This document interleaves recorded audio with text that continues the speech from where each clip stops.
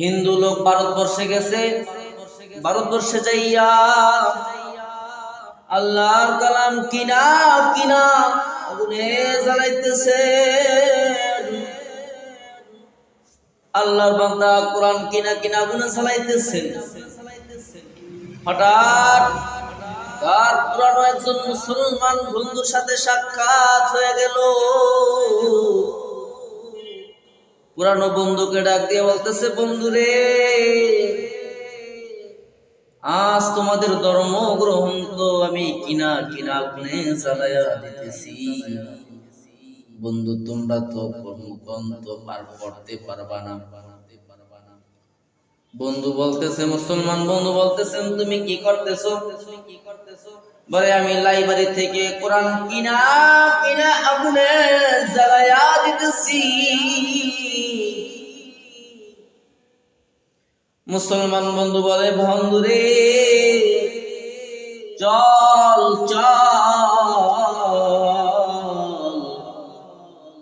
আমাদের কোরআন, তুমি যেই বইকে পড়তেছো, কোরআনকে পড়তেছো, এই কোরআন তো কথা বলতে পারে না।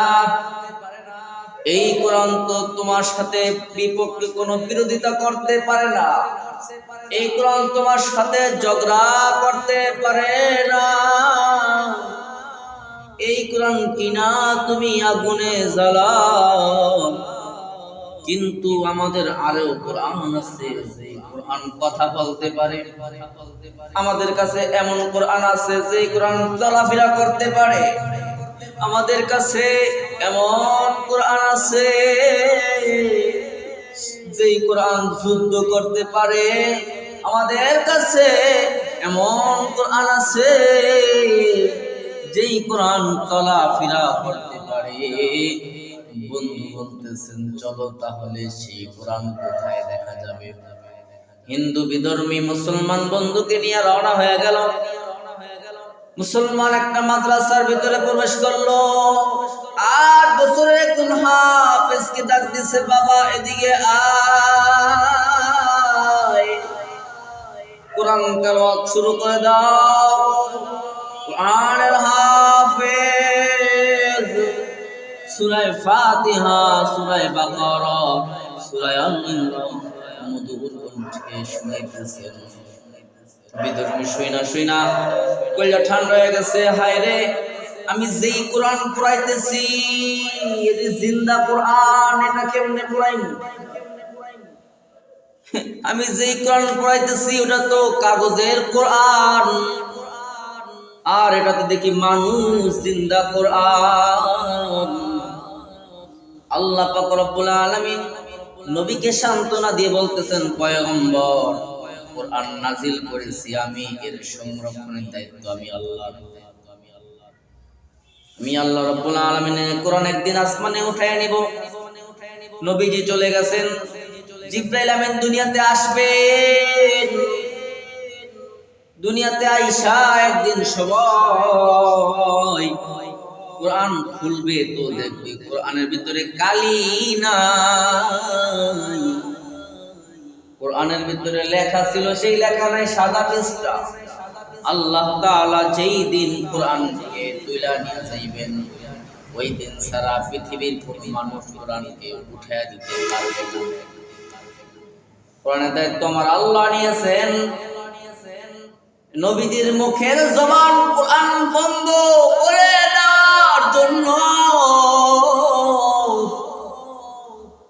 নবীজির কোরআন তেলাওয়াত বন্ধ করে দেওয়ার জন্য, নবীজিকে বিদায় করে দেওয়ার জন্য কত চক্রান্ত হয়েছিল। এখনো চক্রান্ত চলতেছে।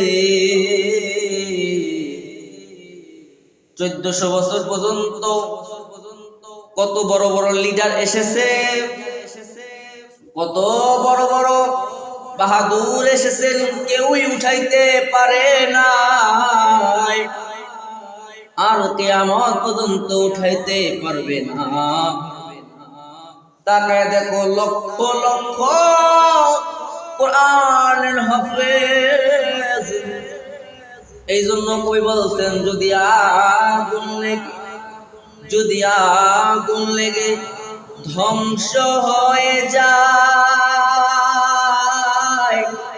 পৃথিবীর সব বইয়ের দোকান, তবে বিশ্ব থেকে হারাবে না পবিত্র কোরআন, তবে বিশ্ব থেকে হারাবে না পবিত্র কোরআন। বলো কেমন করে পড়বে, বলো কেমন করে পড়বে কোরআন? আগুনের দেশ আছে বিশ্ব জোরে লক্ষ কোটি কোরআনের হাফেজ, তারা ছাপিয়ে আসমানি গ্রন্থ রাখিবে কোরআনের মান, তবে বিশ্ব থেকে হারাবে না পবিত্র কোরআন। নবীজির মুখে কোরআন তেলাওয়াত শোনার জন্য আবু জেহেল যায়, আবু লাহাব যায়, উতবা সাইবা যায়। এ পয়গম্বরের মুখে কোরআন তেলাওয়াত এত মজা, এত মজা, এত মজা। এ মানুষ, এ মুসলমান, 5 ওয়াক্ত নামাজ যারা পড়ে, ফজরের 2 রাকাত সুন্নত পড়ে সূরা ফাতিহা দিয়া, ফজরের 2 রাকাত ফরজ পড়ে ফাতিহা সূরা দিয়া, যোহরের সুন্নত পড়ে সূরা ফাতিহা দিয়া, যোহরের ফরজ আদায় করে সূরা ফাতিহা দিয়া, কিন্তু সূরা ফাতিহার মজা আর মুখ থেকে যায় না। যত শুনে ততই মজা, যত কণ্ঠ ভালো তত আরো মজা, আরো মজা। এক একজনের কণ্ঠে সূরা ফাতিহা এত মজা, এত মজা, বলে যতবার শুনি ততই মজা লাগে। কোরআনের এটাই জিন্দা মুজিজা। মুসলমান, তুমি একটা খাবার গোশত প্রতিদিন খাইতে পারো না, মজা লাগে না? ও মুসলমান, একটা কবিতা প্রতিদিন শুনতে মজা লাগে না? কিন্তু আল্লাহ পাক রব্বুল আলামিনের এই কোরআন এত শুনি, এত শুনি, এত শুনি, কিন্তু মজা যায় না। এটা আল্লাহ পাক রব্বুল আলামিনের বড়, আল্লাহ তাআলার একটা বড় মুজিজা। কোরআনের কারামত এটাই। যত বাহাদুর ছিল কেউ কোরআনকে তাড়াইয়া দিতে পারে নাই, আর এখন পারবে না। মুসলমান, আবু জাহেল ঘোষণা করে দিলেন, এইভাবে যদি সবাই কোরআন তেলাওয়াত করতে আসো তাহলে তো আমাদের মান ইজ্জত থাকে না। সবাইকে বারণ করে দিলেন, কেউ আর আসবে না। কিন্তু আবু জাহেল ভাবতেছেন, আজকে সবাইরে বারণ করে দিছি, কেউ আসবে না, আমি যাই। ওমর ভাবতেছেন, কেউ যাবে না, আমি যাই। উতবা সাহেবা বলতেছেন, কেউ যাবে না, তো আমি যাই। সবাই আমার গিয়ে কোরআন তেলাওয়াত শোনার জন্য গেছে। আবু জাহেল পয়গম্বরকে সহ্য করতে পারতেন না, কিন্তু কোরআন তেলাওয়াত শুনে এত মজা পায়। আবু জাহেল বলতেছেন যে মুহাম্মাদের কাছে যাই, সেই কালেমা পড়ে মুসলমান হয়ে যায়। জাদুকর কেন হইল, দেখো মুহাম্মদ কত বড় জাদুকর, এমন কোরআন তেলাওয়াত করে যে সবাই পাগল হয়ে যায়। তুমি একটু দেখো মুহাম্মদকে, টেস্ট করে দেখো, তোমরা একটু টেস্ট করে দেখো মুহাম্মদ কি জাদু জানে। এবার জাদুকর নবীর সামনে বসছে, নবী কোরআন তেলাওয়াত করতেছে। জাদুকরের চোখ বেয়ে পানি পড়তেছে না, শুনতেছেন। একটা পর্যায়ে নবী কোরআন শরীফ পড়া বন্ধ করে দিয়েছেন। জাদুকর বলতেছেন, মুহাম্মদ কোরআন তেলাওয়াত বন্ধ করিও না, তুমি আবারও পড়ো। এত মজা, এত মজা, এত মজা, আমি এইরকম মজা কখনোই শুনি না। মুসলমান, এবার ওই হিন্দু লোকটা বলতেছে, ও মুসলমান বন্ধু, আমার মায়ের দেশের মানুষ আমারে ভারতবর্ষে পাঠাইছে আল্লাহর কালাম কিনা কিনা গুনে জ্বালাইবার জন্য, কিন্তু আল্লাহর কালাম আমারে কিনা আমার ভিতরের কুফরি জ্বালাইয়া আল্লাহর কালামের আমি কিনা পুরাইবার জন্য আসছি, কিন্তু আল্লাহর কোরআন আমারে কিনা বানাইছে। ও বন্ধু, দেরি না করে আমারে মুসলমান বানায় দাও, বলো লা ইলাহা ইল্লাল্লাহ মুহাম্মাদুর রাসূলুল্লাহ। ও মুসলমান, আজ তুমি কোরআন তেলাওয়াত করতে পারো না, দুঃখ, মনে বড় দুঃখ হয়। মুসলমানের সন্তান কোরআন পড়তে পারে না, মুসলমানের সন্তান ইংরেজি ভালো করে পড়তে পারে, মুসলমানের সন্তান বাংলা কত সুন্দর করে পড়তে পারে, কিন্তু দুঃখ হয় মুসলমানের ধর্মগ্রন্থ কোরআন পড়তে পারে না। মুসলমানের ধর্মগ্রন্থ কোরআন মুসলমানের বাচ্চারা পড়তে পারে না।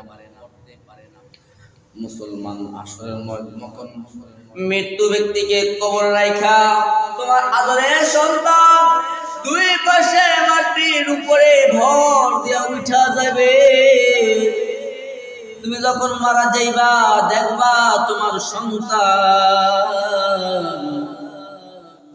সন্তান তোমার এক কবরের ভিতরে রাখবে, তোমার সন্তান তোমার মৃত্যুর পরে কান্না করবে। তুমি কান্না করার পরে তুমি সান্ত্বনা পাইবা, তুমি দেখবা তোমার সন্তানেরা তোমার খাটের মধ্যে শুয়ে জানাজায় নিয়ে গেছে। তুমি তখনও সান্ত্বনা পাইবা, দেখ আমার আপনজন আমার সাথে সাথে যায়, কবর পর্যন্ত যায় না, কবর পর্যন্ত চলে গেল। কবর পর্যন্ত যাওয়ার পরে তোমার শোয়ায়া দিবে, শোয়ানোর পরে তোমার সন্তানগুলো বাসায় চাউলে বিছাইবে, তোমার সন্তানগুলো বাসায় চাউলে বিছাইয়া, তোমার সন্তানগুলো বাসায় চাউলে বিছাইয়া কলা পাতা বিছায়া যখন চলে আসবে, নূর কানাতির ফেরেশতারা যখন সওয়াল জবাব করার জন্য আসবে, কোরআন দাঁড়ায় যাবে। তুমি সূরা ইয়াসিন তেলাওয়াত করবা, সূরা ইয়াসিন দাঁড়ায় যাবে। সূরা মুলুক তেলাওয়াত করবা, সূরা মুলুক দাঁড়ায় যাবে। বলবে, এ বান্দা সব সময় আমার তেলাওয়াত করছে, এই বান্দাকে জাহান্নাম যত প্রশ্ন করা দরকার আমাদেরকে করো, তোমরা এই বান্দাকে প্রশ্ন করিও না। এই কোরআন আপনারা আমার জন্য সুপারিশ করবে, এই কোরআন আমাদের আপনার জন্য সুপারিশ করবে। হযরতে ওসমান গনি যার সুপারিশ স্বয়ং কোরআন হবে, হাসরের ময়দানে তার সাক্ষী কোরআন দিবে। কারো কারো মৃত্যুর সাক্ষী তার তরবারি দিবে, কারো কারো শহীদের বর্ণনা তার শরীরের পোশাক দিবে, কারো কারো মৃত্যুর আপনার যে আসবাবপত্র দ্বারা হয়েছে ওই আসবাবপত্র তার সাক্ষী হয়ে দাঁড়াবে। হাসরের ময়দানে যদি ভালো কাজ করে থাকেন ভালো কাজের ফলাফল পাইবেন, খারাপ কাজ যদি করে থাকেন খারাপ কাজের ফলাফল পাইবেন।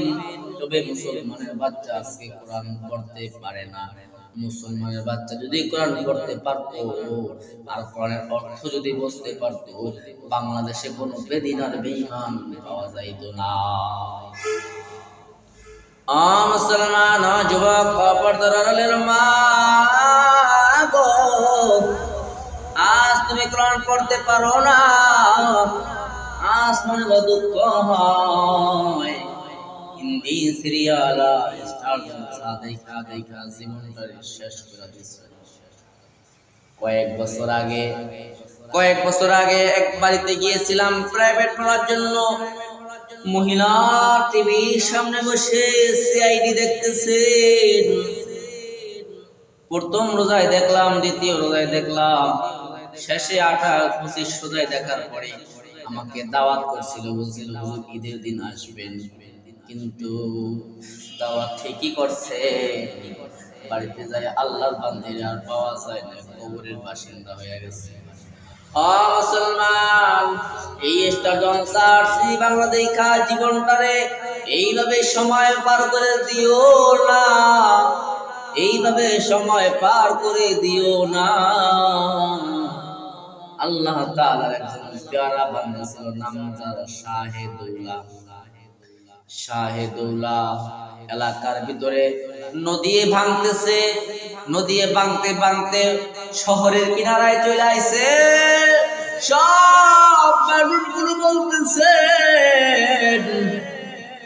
একজন আল্লাহর ওলি কাইনা দোয়া করাও, যদি একজন আল্লাহর ওলি আইসা দোয়া করে দেয় তাহলে আল্লাহ পাক রব্বুল আলামিন এই জন্য মনে হয় আমাদেরকে নদী ভাঙা থেকে হেফাজত করতে পারে।